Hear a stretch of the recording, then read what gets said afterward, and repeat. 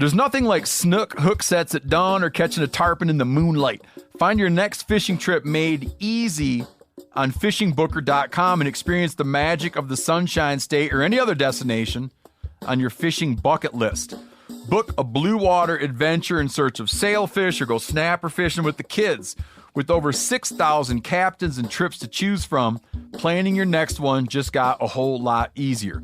Download the Fishing Booker app on the Google Play or App Store or visit them online at fishingbooker.com to book your trip today. I'm sure a lot of you guys remember the old ceremonial hunting tradition of eating the heart out of the first animal you kill. Meat from those organs are among the most nutrient-rich foods on the planet. You can get those same benefits your ancestors craved via convenient daily capsules from Heart and Soil. Find out more at heartandsoil.co. And remember, use code MeatEater for 10% off your purchase. Welcome to the Wired to Hunt podcast, your home for deer hunting news, stories, and strategies. And now, your host, Mark Kenyon. Welcome to the Wired to Hunt podcast. I'm your host, Mark Kenyon, and this is episode number 385. And today we're back with another episode of our Rut Fresh Radio mini-series, in which we're hearing from deer hunters all across the country on the latest deer activity, current conditions, and the tactics that are going to help you right now.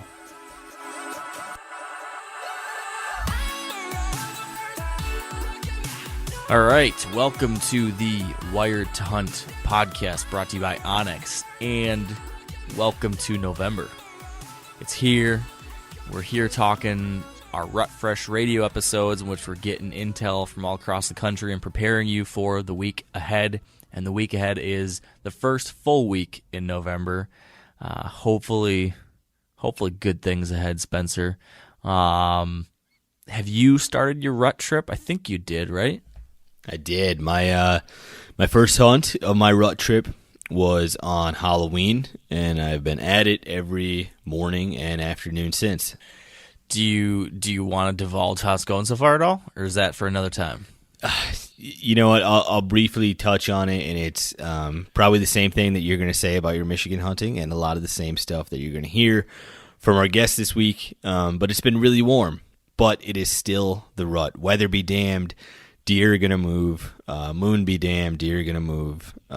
It's still the rut. This is still the best 2-week period of the year to be hunting, but maybe instead of it being like a smashing 11 out of 10 for deer movement, it's right around like an 8 or a 9 because it is so damn hot. And the last time it was this hot in early November, I looked it up, Mark, was last election day in 2016. I'm sure we talked about it on that episode as well. But like I said, it's still the rut. This is still the best time of the year to be a whitetail hunter. And the forecast looks promising for this coming weekend. And I think everybody right now in the Midwest, in the East, is talking about this warm spell that we have. And I know you've talked about this before, Mark, and you recently touched on it on an article on the MeatEater.com. Where you were in Iowa and some warm weather rolled through and you packed up and headed home a little bit early. And that story kind of brings me some comfort for what I'm experiencing right now. And so I'd love for you to share that again, how that went and what happened.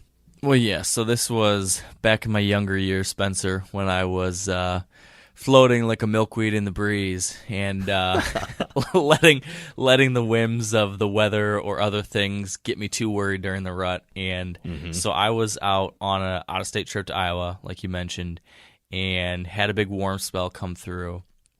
And I was thinking, well, maybe I should take this time and go home and, do some honeydew stuff or something. And it was like November, I don't remember the exact dates, but somewhere in November.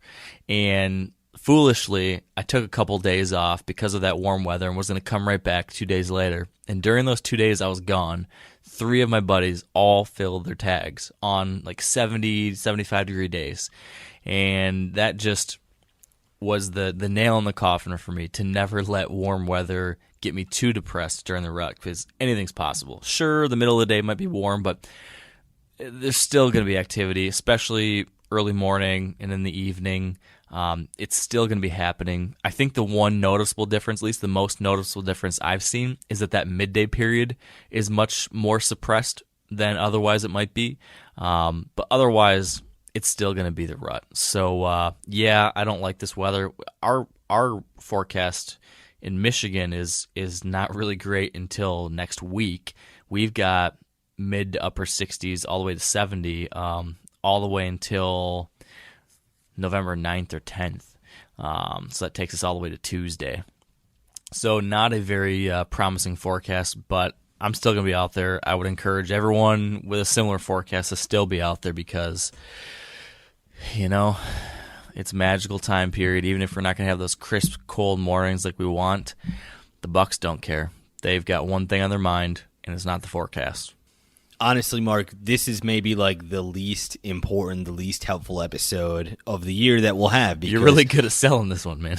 Well, I'm saying, just turn it off, folks. It's not that good. You could turn the podcast off right now and still enter the woods this weekend and be really confident that the deer are going to be moving because it's that time of year. And that's just the point that I want to drive home about this other stuff, the weather, moon, all that stuff. You can ignore it. Look at it. And maybe it'll make you more confident when you hit the woods, but don't let it affect things too much. Now, tell me this, though, Spencer.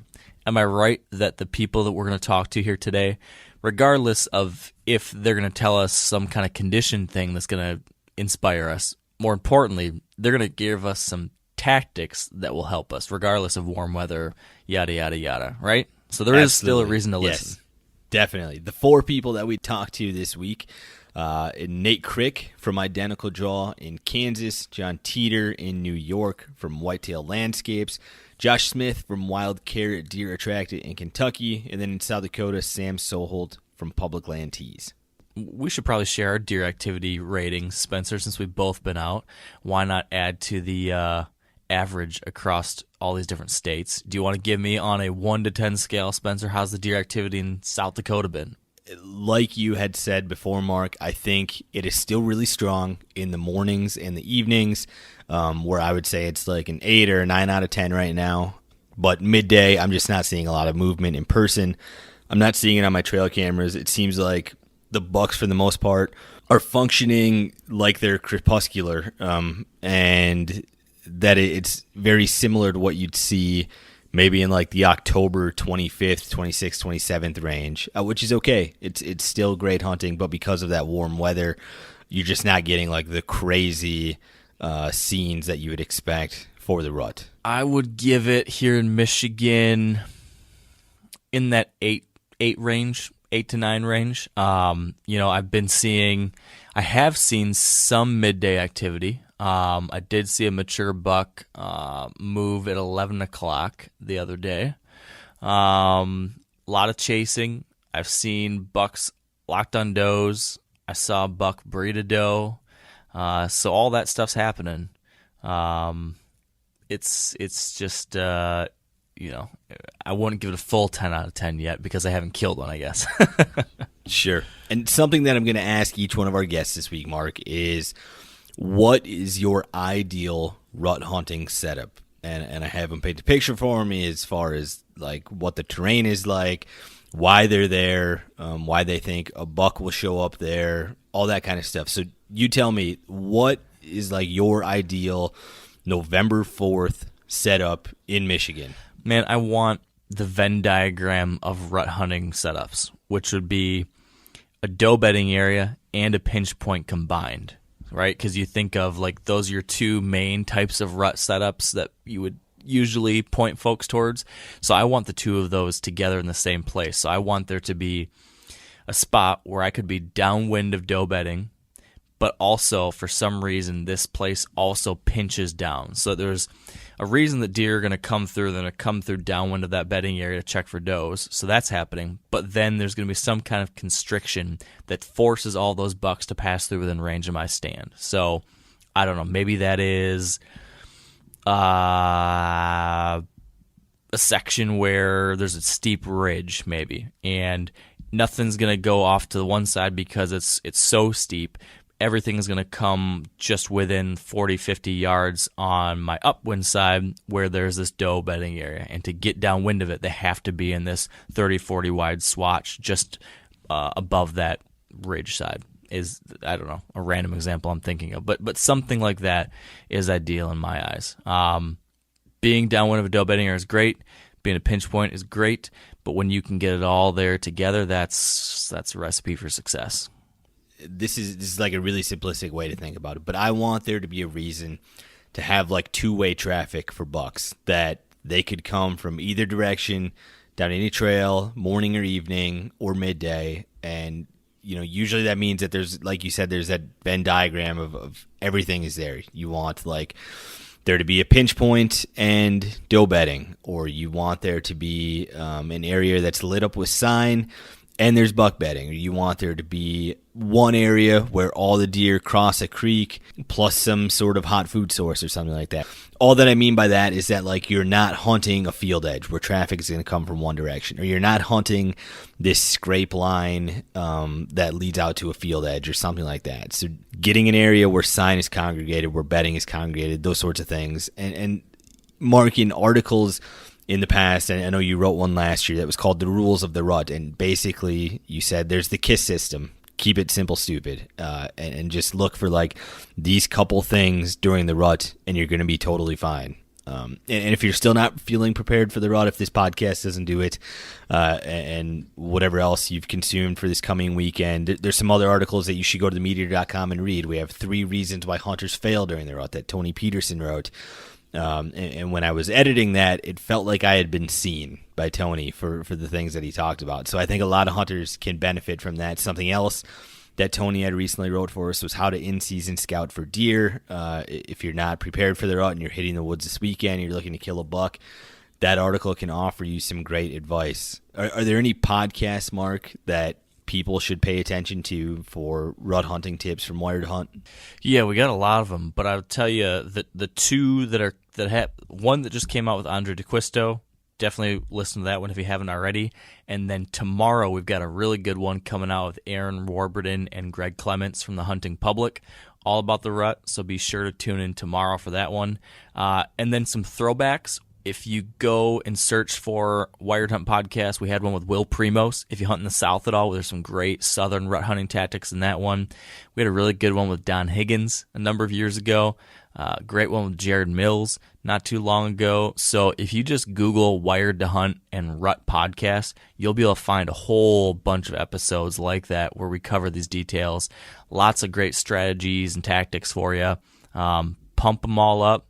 Listen to them when you're driving to deer camp or wherever you're going, and you'll be well armed to fill that tag. All right, Mark. Well, I think that is enough from us. Happy November. Happy rut. Sounds good.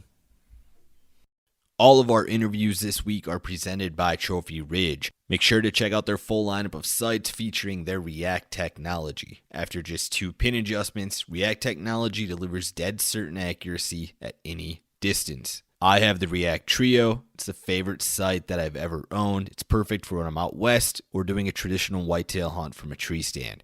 Check out all of their sites at trophyridge.com.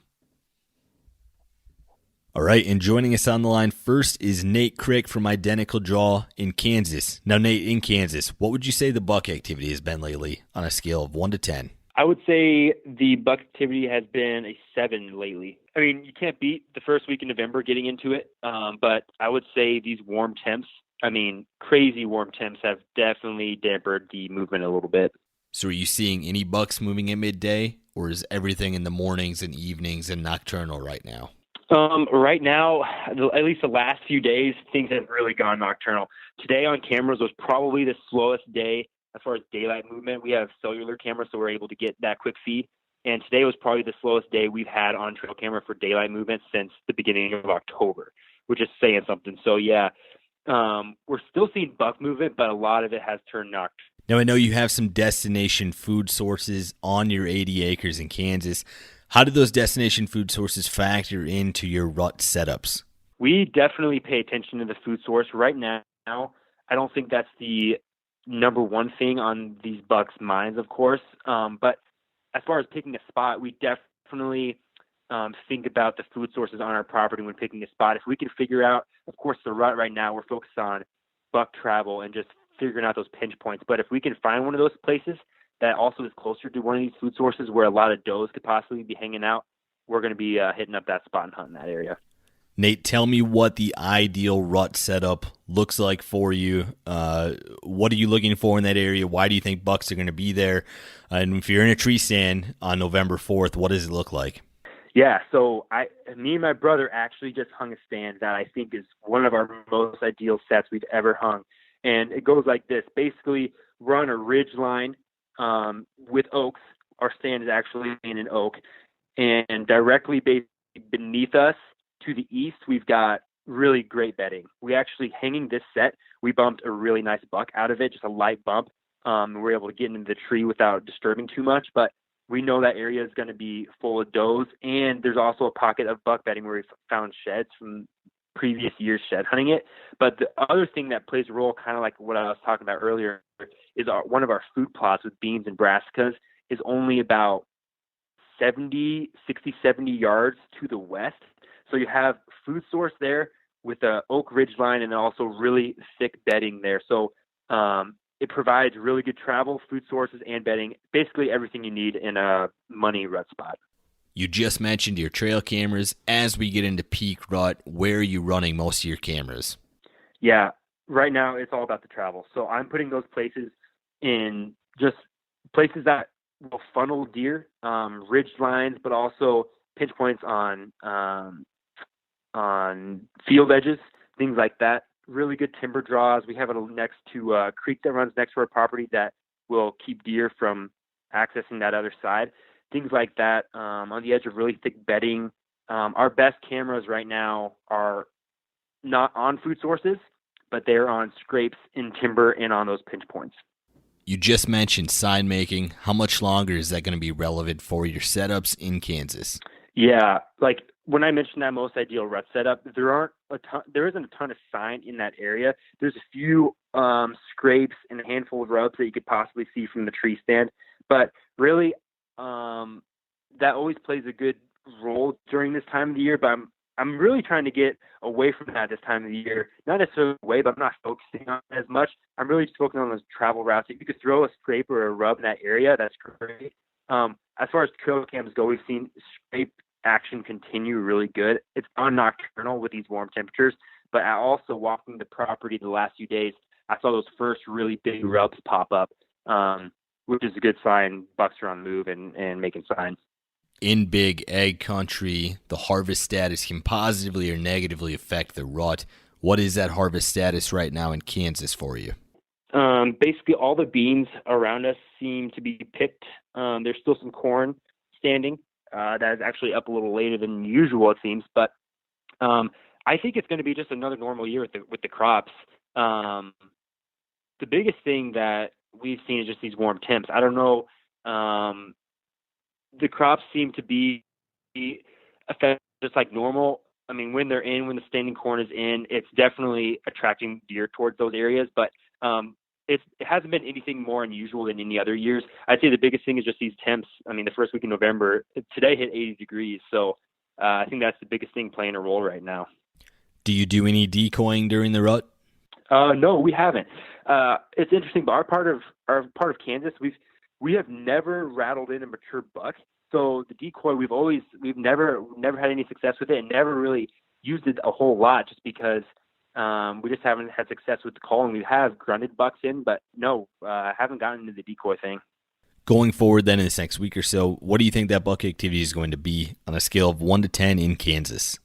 The next 4 or 5 days look to be warm, which is not ideal. You can't beat the first week in November. I mean, that is usually prime time across the Midwest, especially Kansas.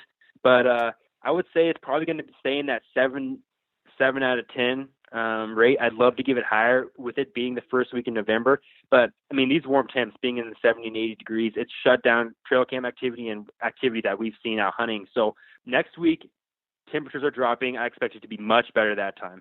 All right, Nate. Well, good luck to you and your brother. I'll be following along at Identical Draw. Thanks for joining me. Thanks, Spencer. All right, and joining us on the line next is John Teeter from Whitetail Landscapes in New York. Now, John, in New York, what would you say the buck activity has been lately on a scale of 1 to 10? Yeah, I'd say the past week there was definitely an intense change, and I'd say it probably rose up to maybe a 7 or 8. Probably an 8 scale would be more appropriate based upon the volume movement. A lot of midday movement, transition stuff. I see that the changes were, the deer starting to do a lot of seeking and kind of working to their advantage at this point, finding, where the does like to be. They're starting to seek things out, and the breeding has begun at this point. So, John, how can somebody identify a doe bedding area if they're sort of new to a property and they're hitting it for the first time and doing some in-season scouting during the rut? Yeah, in-season scouting is definitely gives you the advantage to knowing what's going on. A lot of times you'll kick out does in those specific areas. That's a clear indication. Usually adjacent to food, and food tends to be less of a focus area at this point. The does become a bit more scattered. They're starting to get chased. The hunting pressure is a factor in some of that, but you're starting to see a decline in interest in food, and cover starts to become king. And larger areas of cover that are a bit isolated, you'll start to see does frequent those areas a little bit more often than they normally do, just to kind of escape the pressure of the bucks that are after them. So that's probably the first tip I would give. Now do the same thing for buck bedding. If somebody is just hitting the woods in a new area for the first time, how can they identify a buck's bed? The buck bedding tends to be isolated. A lot of times, with the leaf drop as of recent, you get a lot of change in thermals, and the wind shifts in those areas. It penetrates a little bit deeper. So wind-based bedding and thermal bedding is a huge component of kind of where the bucks are going to lay up. Those are typically on hillsides or open terrain. They also want visual acuity, so they want to be able to see some distances away. Those things start to go away as the rut. We're starting to creep into the rut. So, they're moving more frequently. They're almost on their feet, 24 hours a day to some degree, depending on the intensity and, the available does that they're seeking. So that's, you'll start to see a change and shift in that. How deep into the rut is sign making relevant for you in New York? I try to be a little bit more predictive, so I'm not relying on that type of data. But if you're going in and you're hunting an area, for the first time, it's kind of good to start off looking even at the scrape to see what the available tracks and size of tracks. That's the first indicator. The sign last week, the scrape activity was kind of at an all-time high, and it's just going to start to decline. It'll ebb and flow, but the rub activity's increased this week. I've seen many more rubs in the woods when I'm coming and going, and so that's an indicator to me that they're kind of on the tails of transitioning to one area to the next and focusing on seeing what those are in estrus and estrus ready to be bred. So that's kind of the next phase of things. John, if somebody is looking to manipulate their property to have it be set up really, really well for peak rut, what would that look like? What are some things that a landowner can do to get their property ready for November? Yeah, I think the big thing is, like I said earlier, when deer are starting to transition, the cover type and habitat types are critical. Having a lot of availability of food, and food in an example, blackberries, the blackberry leaves, those are a good example. Wild plum, those type of sources of food within the bedding areas are really critical. So introducing a component of food within these bedding areas, and bedding areas, in using the design process are anywhere between 1 to 3 acres in size. Sometimes they're larger depending on their location, but having a larger pocket of cover, and that's beneficial because as the bucks go in, they don't necessarily able to wind check an entire area. So as they cruise, they're not necessarily having to use wind fully to assess what's going on in those areas.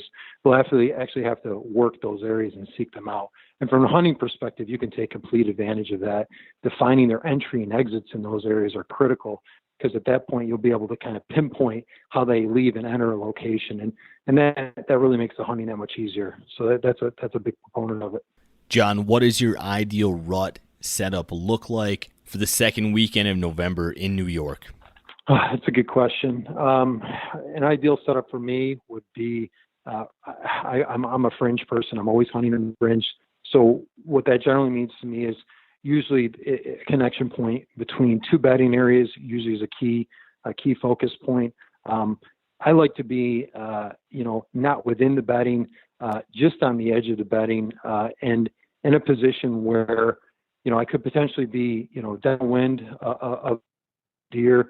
And so as they're upwind, they're kind of penetrating these areas and I'm able to either attract them from an identification standpoint or call them or relay, some type of calling to them. So sequentially, they're able to come into the property and I'm able to get a shot at them. So that's kind of my ideal location. So just staying on the fringes and attacking them at the fringes, not necessarily penetrating the bedding areas. So that's my ideal setup.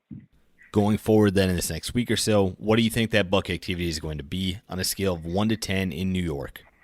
I think it's going to warm up. So you're going to see a little less activity in the afternoons, a lot of intense activity in the morning. Towards the later half of this week into the 6th, 7th, and 8th. I mean, that's just peak time. Deer are coming off usually their second estrus still. The intensity increases, the competition, depending on the herd dynamics, could go, through the roof, but you're going to get a lot of movement this weekend. So this weekend's going to be prime time. All right, John, that's great info. Thanks for your time and good luck this year. Thanks, man. You too. All right, and joining us on the line next is Josh Smith from Wild Care Deer Attractant in Kentucky. Now, Josh, in Kentucky, what would you say the buck activity has been lately on a scale of 1 to 10? Well, as recently as this past weekend when I was hunting, I'd say it was a 6.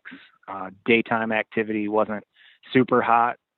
We had high winds.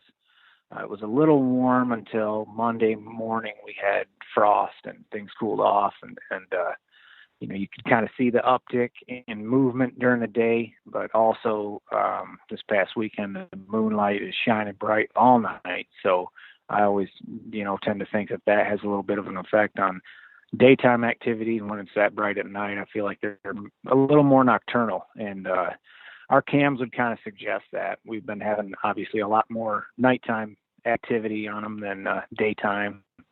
But it's the ruts here.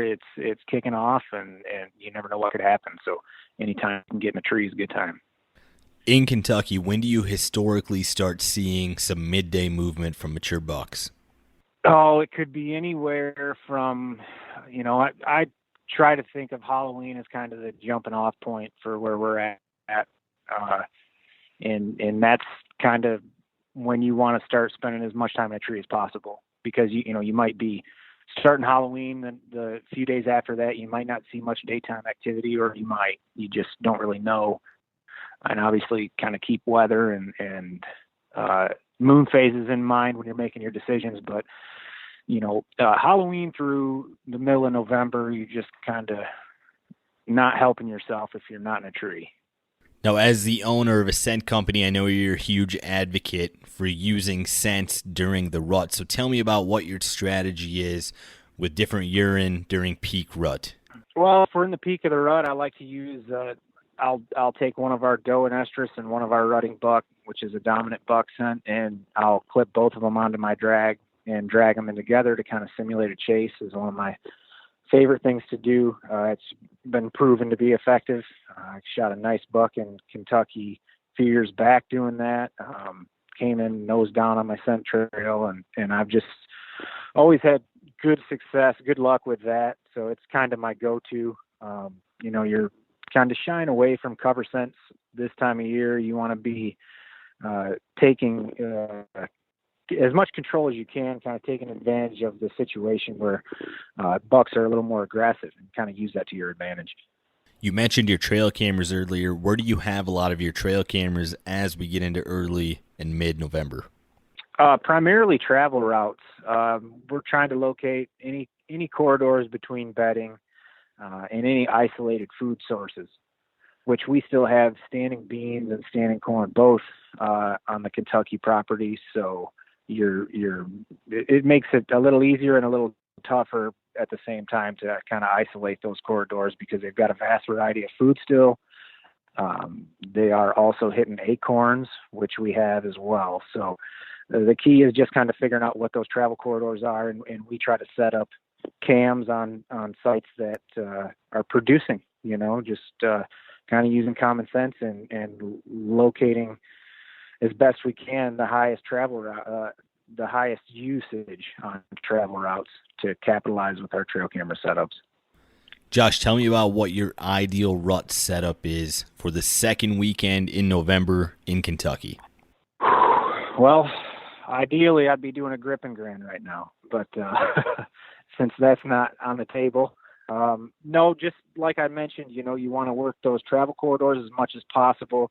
You want to stick tight to doe bedding as much as you can. You want to know where your does are, and you'll know where your bucks are this time of year. So that's kind of what we do as a rule of thumb, so just keeping in mind doe bedding, where they're bedding at, and also food sources and travel corridors, and kind of putting all that together to make the plan. Going forward then in this next week or so, what do you think that buck activity is going to be on a scale of 1 to 10 in Kentucky? Well, I think the rut's going to be a little more progressed, so I feel like it'll be a little higher. We also are getting a kind of a warm front moving through. We had lows in the lower 30s this past weekend, and this coming weekend, the lows are going to be in the mid 50s. So it's a pretty significant jump in temperature. So I feel like it will bump up, but I don't feel like it's going to bump up like crazy. I normally, I think if it weren't for the warm up, I would be more optimistic and say like an 8, but maybe a 7. So we'll see. I'm still optimistic, and I think that activity is going to be up. So I'm just not sure how much, but if I had to bet, I'd say not a ton. All right, Josh. Well, good luck, and thanks for joining me. Yeah, man. Thanks for having me, Spencer.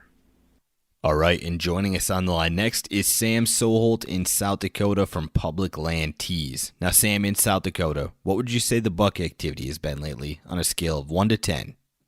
I'd say right now it's probably somewhere between a 4 and a 5.